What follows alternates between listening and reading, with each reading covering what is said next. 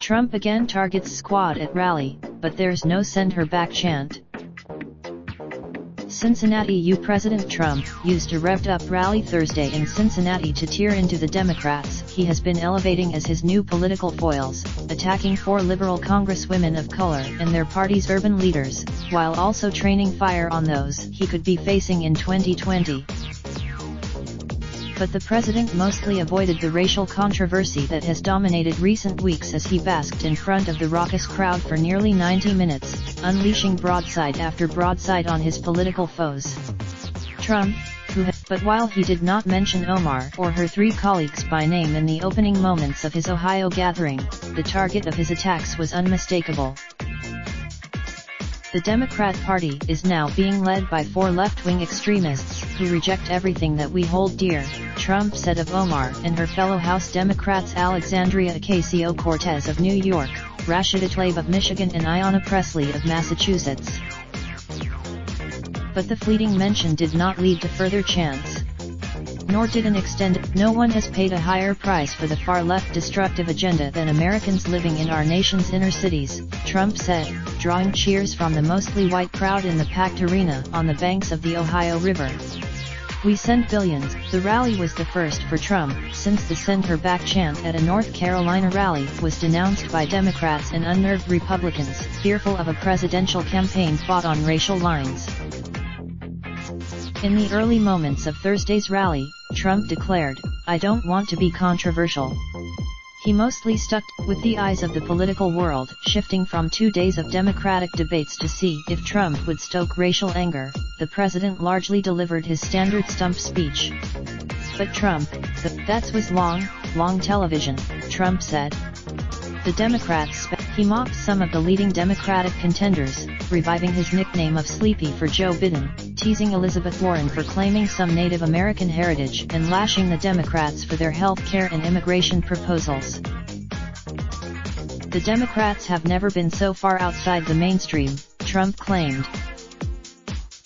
Hours earlier, Trump announced that China had not kept up its end of trade negotiations, prompting him to increase tariffs 10% on $300 billion worth of new goods. Trump at the rally. The rally was also Trump's first since Special Counsel Robert Mueller testified before Congress, the apparent final chapter of the Russia probe that has shadowed the White House for more than 2 years. But Trump only, though boisterous at the beginning, the crowd began to thin as Trump crossed the hour mark and stayed disciplined in touting the strong economy and his administration's accomplishments. The president's remark, speaking to reporters before leaving for Cincinnati, Trump said he didn't know whether his would revive the send her back chant anyway or what his response would be if they did, you adding that, regardless, he loves his political supporters. "I don't know that you can stop people," Trump told reporters. If they do the chant in North Carolina followed racist tweets Trump sent against Omar and 3 other first-term lawmakers of color, instructing them to get out of the U.S. right now and saying if the lawmakers hate our country, they can go back to their broken and crime-infested countries. 2 weeks ago, Trump wavered in his response to the divisive cries, letting the chant roll at the rally, expressing disapproval about it the next day and later retreating from those concerns. Since then, Trump has pushed ahead with his attacks of Cummings and Baltimore. Heightening the drama, a variety of opinions about the chant dotted the crowd before the rally. Robin McGrail, 64, and her husband were celebrating their 44th wedding anniversary by attending their 3rd Trump rally.